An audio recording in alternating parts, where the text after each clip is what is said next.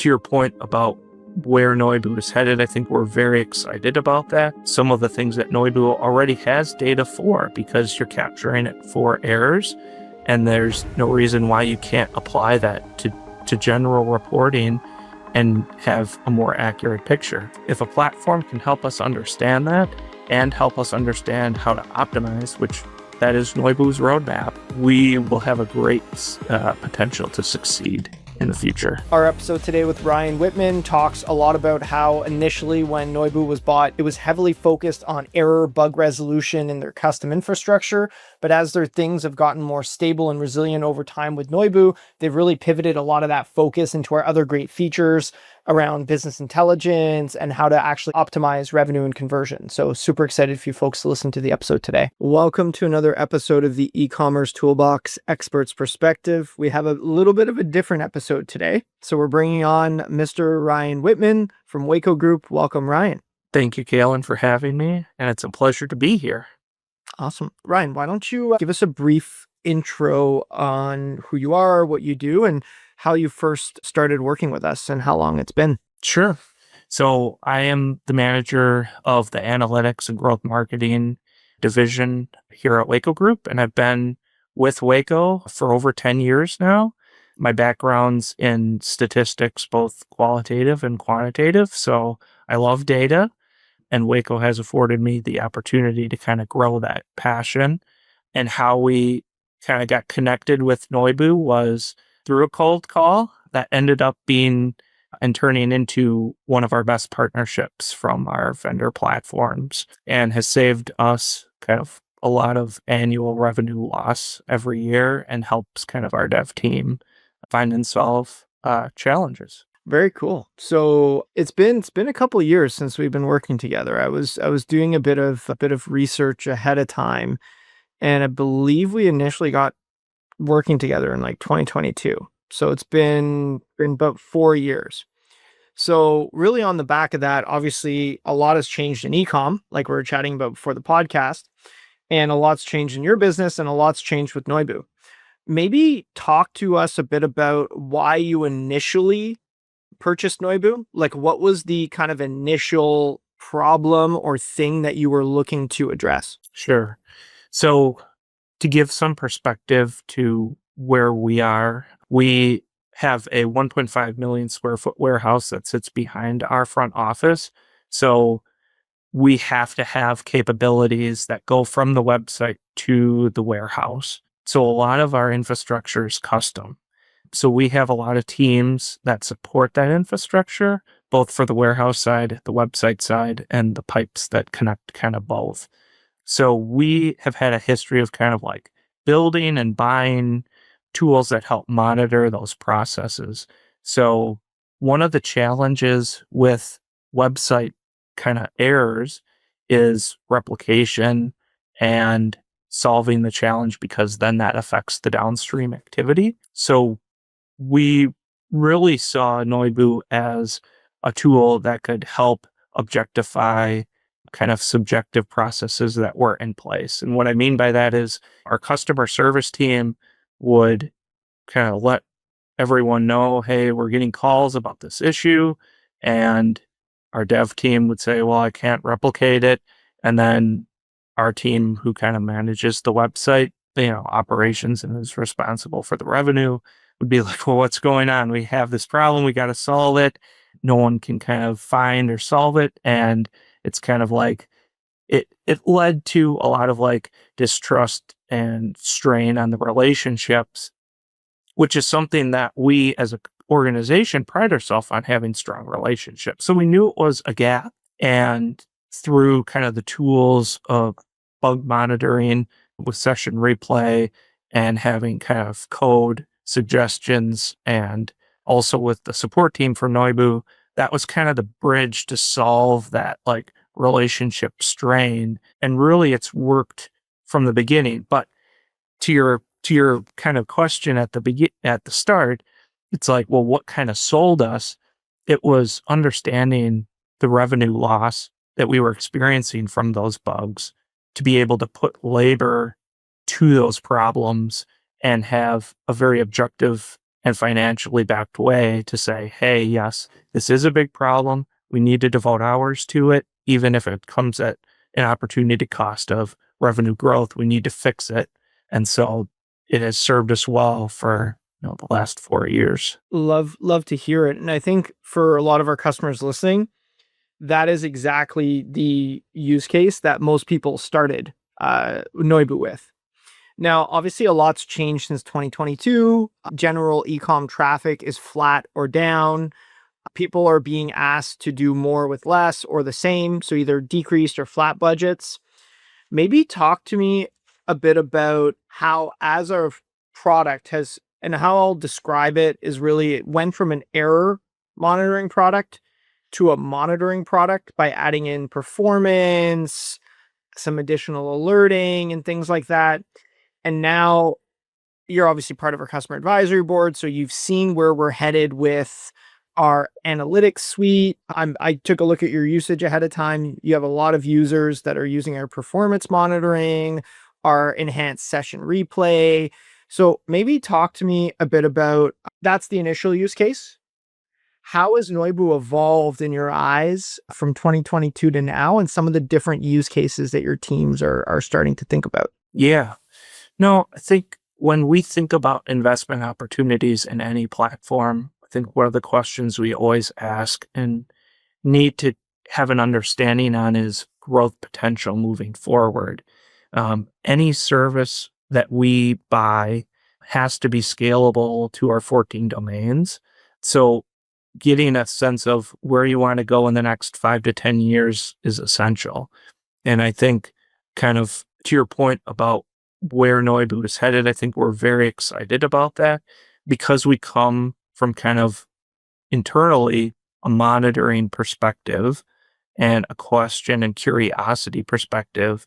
The rabbit hole goes quite deep for us. And so from an analytics roadmap, I think one of the things we talk a lot about is how do we retrain and grow our customer base over the next 5 years. As you kind of mentioned, traffic has been a challenge, and we need and continue to think about customer journey and being able to kind of fine tune that. And what I mean by that is understanding what people are clicking on, what categories they're going to, what products they're looking at is essential to that. And some of the things that Noibu already has data for, because you're capturing it for errors, and there's no reason why you can't apply that to general reporting and have a more accurate picture. I would also say, like with AI, that AI has kind of changed traffic patterns, and we need to understand what percentage of the traffic it is, and robots in general, because that can change a conversion rate completely. And we want, and we serve products. We're a footwear company, and we serve people with shoes. So we put those on people's feet. So we need to understand what people are interested in, not necessarily what the robots are in. That plays a part, but ultimately fashion, humans, our product is for humans first. If you're listening to the e-commerce toolbox, you're entitled to a podcast exclusive website audit. Go to noibu.com/podcast-audit for a free scan that uncovers the hidden friction blocking your conversions and shows you where you're leaking revenue. So now that you've worked with your teams to really get quality, bugs, all that stuff under control, you have a process for data-driven bug management, data-driven performance management as well. So that now that you went from like error monitoring to error monitoring and performance, and now you kind of have these really good processes put in place there, it's freeing up some time to, I guess, get back to maybe some more of your roots on the analytics side, which is business intelligence, understanding consumer patterns, acquiring new customers, converting customers makes a ton of sense. Why do you think it's critical to have all of that data in one place to help really make those decisions? And how do you think about unification of systems and systems unification across multiple teams? It's a key pillar kind of our business and our kind of strategic roadmap. Our time is the biggest kind of factor when we run analysis. So if you have either an AI tool or just a dashboard that can consolidate the data and get you the results quickly, that's how you're going to be able to take your action quickly and then hopefully win. And so with Noibu kind of going in the direction or that we're very excited about for analytics, that those same tools that were proven to work for errors, I am very confident that they will work very well for analytics and being able to help us find those kind of UX issues that we're seeing from a navigation path, or helping us to recommend different kind of strategies to optimize the traffic that we are getting, and help us understand what the real traffic looks like between humans and bots. And our history, so we're Power BI based from an analytics, and we have built a lot of tools that both reach out to systems to grab data from GA, as well as kind of our internal kind of custom solutions and how we monitor that. So we have a very good understanding of what the customer's kind of doing on our site. And the next kind of questions that we're asking are, okay, there are different customer types that have different interests. How can we kind of use those interests and personalization to really optimize that traffic? Very, very interesting. Have you had to, obviously, at any given time, budgets are always being scrutinized in every business. People are always asking, hey, do we need all these tools? Can we consolidate?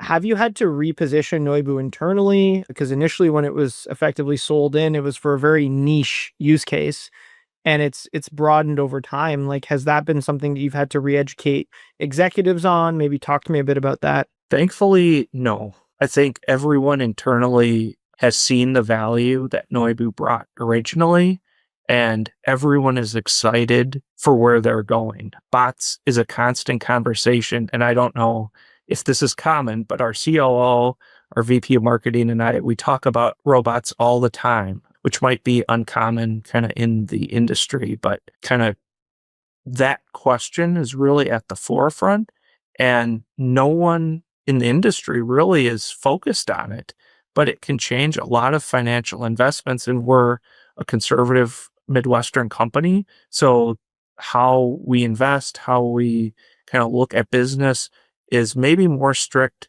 than other kind of areas. So we really want to dip our toes in, kind of understand, get some tests, and then understand. So from a positioning standpoint, being on the cab, kind of having frequent touch bases with our customer service specialist, I send out updates quarterly about kind of what's on Noibu's roadmap. So everyone is really excited, and I think we're just waiting for the dream to become a reality. That's awesome. Maybe for those that are curious, like if you had to summarize the bot problem in a sentence, what is the bot problem? Well, what percentage of your traffic is bots? Is it 1%? Is it 50%? What types of bots are on your site? Are they price scrapers? Are they AI agents? What are they doing? What are they looking at? How is that data polluted? We've seen our direct non-traffic kind of go from 10, 15% in any given month up to 30%. So we know something's happening.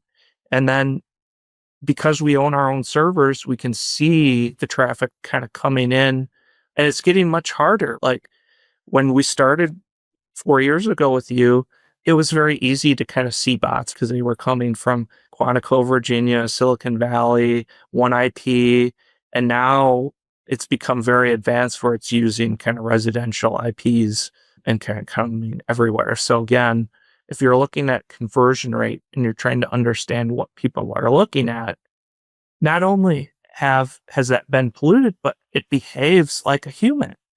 So it's a significant challenge in my mind that the industry needs to solve in order to make sure that you're investing kind of in the right tools. And we've seen kind of our paid media strategy change based on efficiency in 25, and we are repositioning ourselves in 26 differently than we were.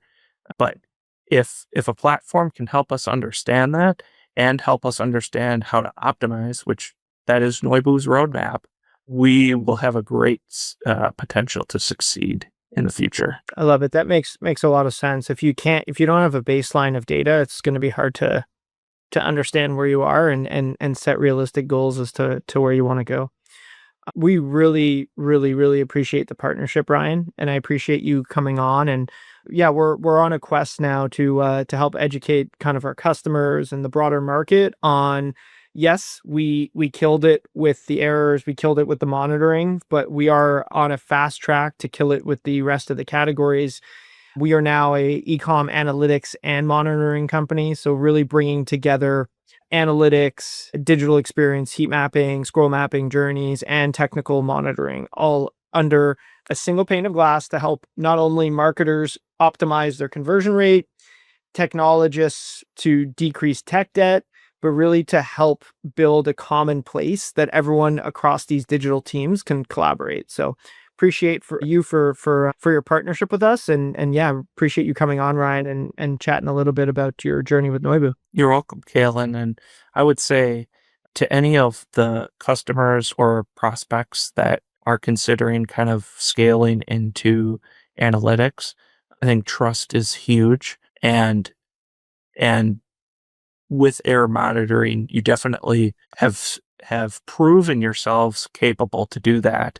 And from what I've seen kind of in the demo, I think you are on a great track to kind of prove yourself again for analytics. And I think you are up to the challenge. So we are excited for what the future holds with Noibu. Awesome. Thanks so much again, Ryan. You're welcome. The e-commerce toolbox Expert Perspectives is brought to you by Noibu. To find out more about Noibu and how we can help you debug your e-commerce site and rocket your revenue, visit www.noibu.com. That's Noibu.com. And then make sure to search for the e-commerce toolbox Expert Perspectives on Apple Podcasts, Spotify, or anywhere else podcasts are found, and click subscribe so you don't miss out on any future episodes. On behalf of the team here at Noibu, thanks for listening.